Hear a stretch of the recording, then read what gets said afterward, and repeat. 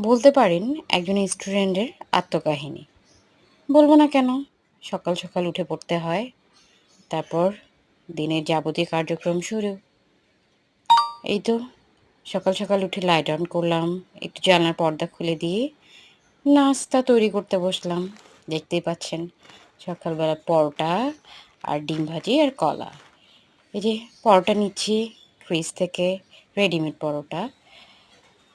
তারপর এই যে গ্যাস অন করে পরোটা বানাতে শুরু করলাম।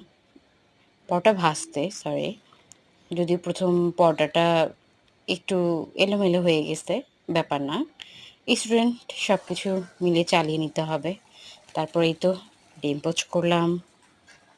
ডিম পোচ করে এই যে পড়তে নিতে চলে গেলাম খাই-দাই করে, এই আরকি।